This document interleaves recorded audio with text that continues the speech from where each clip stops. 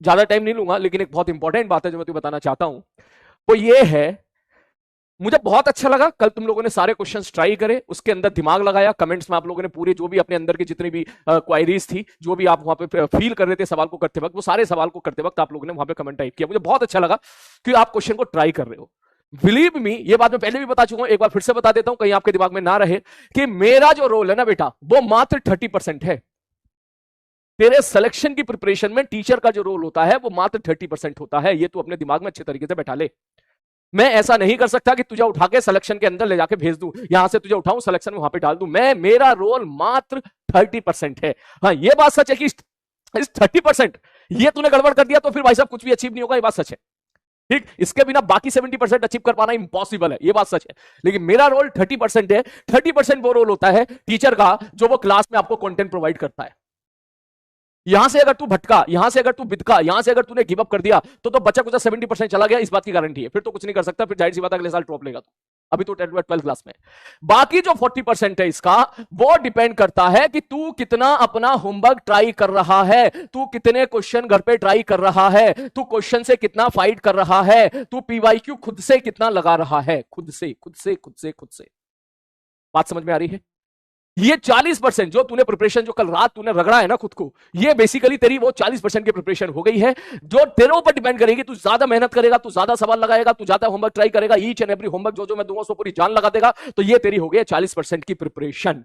तूने देखा होगा भैया क्लास में तो टीचर सारे बच्चों को एक जैसा पढ़ाता है, सारे बच्चों को एक जैसा पढ़ाता है, लेकिन रिजल्ट फिर भी 10% 15% निकल के आता है। क्यों? इसके पीछे की वजह क्या? वजह क्या 10% 15% बच्चों को अलग बैठा के पढ़ाया जाता है क्या? नहीं ना। लेकिन वो 10% 15% बच्चे क्लास के बाद इतनी मेहनत करते हैं कि उनका रिजल्ट अलग दिखता है। मैं तेरे सामने यहां पे 2 ही घंटे हूं बस, मैक्सिमम 24 घंटे में 2 घंटे तू मेरे सामने रहता है, या 2 घंटे दूसरे सर के सामने रहता है, 4 घंटे सपोज तू यहां पर रहता है, बाकी 20 घंटे तू घर रहता है, अपने साथ रहता है, जो भी तू चाहे, चाहे तुझे स्कूल जाना होता हो, होमवर्क करना होता हो, खेलना रहता हो, रिश्तेदारी निभानी होती हो, या फिर दोस्तों के साथ जो है घूमना होता हो, या यूट्यूब पे जाके वहां पर टाइम पास करना होता हो, या रील्स पे टाइम पास करना होता हो, सोना होता हो, जो भी होता हो, वो 20 घंटे तेरे हैं। मैं यहां पर तेरे साथ 2 घंटे हूं। ये बात तुझे समझनी पड़ेगी। तो ऐसा क्यों होता है कि क्लास में एक बच्चा तो भाई साहब बड़े शानदार मार्क्स लेके आता है, एक बच्चा तो 1000 के अंदर रैंक लेके आ जाता है, 500 के अंदर रैंक लेके आ जाता है। ये ऐसा तो है नहीं कि यहां पर कोई हम लोगों ने अलग अभी सब बच्चों को अलग कर रखा है, ऐसा तो है नहीं, सारे बच्चे एक ही बैच में है। ठीक है, तो ऐसा क्यों होता है भाई साहब? एक बच्चा बहुत अच्छा रिजल्ट लेके आ जाता है और दूसरा बच्चा जो है एक ऐसा भी होता है जो भाई साहब मार्क्स बिल्कुल नहीं लाता, नेगेटिव मार्क्स लेके आता है, 10% 15% मार्क्स लेके आता है। हाँ, ज्ञान वो अव्वल लेवल का देता है, वो अलग बात है। ठीक है, वो ज्ञान उससे तुम सारी चीज के लिए वालो, वो अलग बात है। लेकिन क्यों ऐसा डिफरेंस आता है? उसका डिफरेंस की वजह यही है बेटा, क्योंकि जो वो वाले बच्चे होते हैं वो घर पे जाकर खूब मेहनत करते हैं, जैसे तूने कल रात मेहनत करी थी। अब तू कहेगा सर ये तो 70 हुआ है, 30 कहां गया? मैंने कहा 30% ये वेटेज रखता है आपका टेस्ट देने का तरीका। टेस्ट देने का तरीका, टेस्ट देने का तरीका मतलब मॉक टेस्ट। इसमें मैं मानता हूं कि अभी तुझे समय नहीं मिलेगा, इसके लिए अभी हमारे पास वक्त है।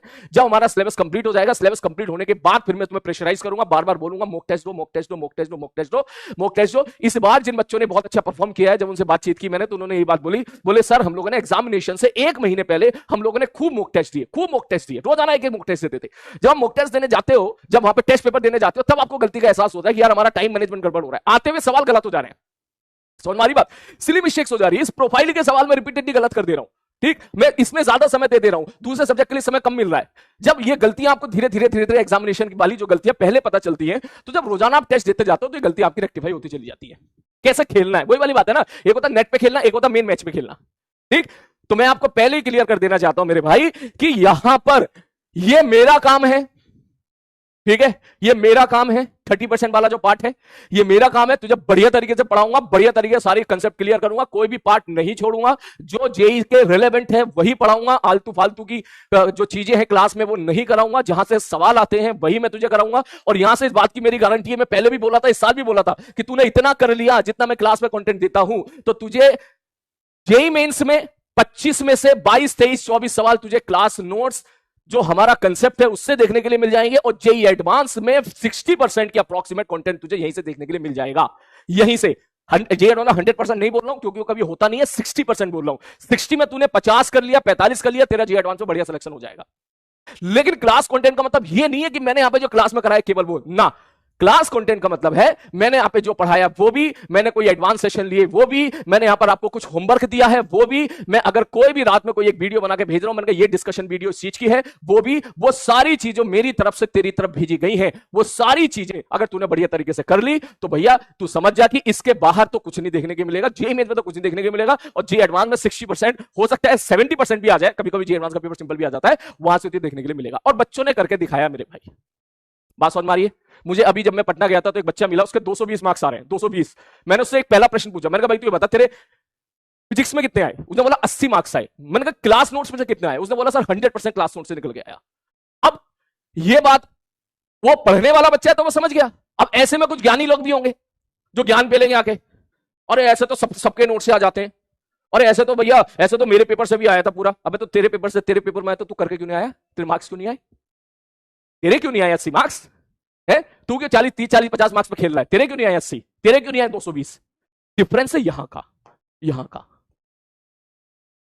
ठीक, उन बच्चों ने यहां पे मेहनत करी, यहां पे रगड़ा है खुद को बहुत ज्यादा, पूरे साल रगड़ा है, पूरे साल रगड़ा, पूरे साल खूब मेहनत करी है, जबरदस्त तरीके सारे क्वेश्चंस लगाने की कोशिश करिए। जो मैंने कल आपको बोला था कि पागलपन होना चाहिए आपके अंदर सवाल लगाने के लिए, वो उनके अंदर पागलपन है, वो सवाल देखते हैं, उनको उनको उनको फाइट करनी होती है, वो एचसीवी लगाते हैं, पूरा जो होमवर्क दिया जाता है, क्लास होमवर्क दिया जा रहा है, डीपीपी दिया जाता है, पागलों की तरह टूट पड़ते हैं।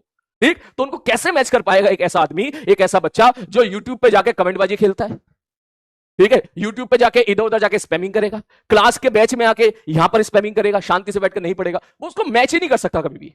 इसलिए ऐसे बच्चे जितने भी होते हैं भैया, उनकी रैंक 5 लाख 6 लाख 7 लाख रैंक आती है, और आखिरी में तुम्हें तो पता ही है वक्त निकल जाता है, और भैया वो रोते रह जाते हैं। ठीक है, वो फिर इधर जाएंगे, उसको ब्लेम करेंगे, उसको ब्लेम करेंगे, उसको ब्लेम करेंगे, खुद के गिरेबान में कभी झांक के नहीं देखेंगे।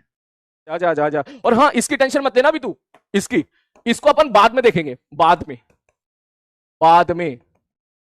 है ना। सुना है ना तूने, कई बार तूने देखा होगा भैया लोग बोलते हैं अरे यार मेरा पेपर आता था यार, मेरे तो 25 में से जो है ना 23 सवाल सही हो जाते हैं यार, लेकिन मैं ना 15 सवाल कर पाया, मेरे ना 8 सवाल सिली मिस्टेक्स हो गए। सुना होगा तूने बात काफी। ठीक है, अरे यार मेरा 8 सवाल सिली मिस्टेक्स हो गए, 40 नंबर चले गए यार, मेरी 99 परसेंटाइल आनी थी, अब वो 94 रह गई। ठीक, तो उसकी वजह ये होती है उन लोगों ने ये कम दिया होता है, टेस्ट बहुत कम दिया होता है। ठीक है, उनकी टेस्ट की जो प्रैक्टिस होती है बहुत ही कम होती है, तो इस प्रैक्टिस को बढ़ाना है।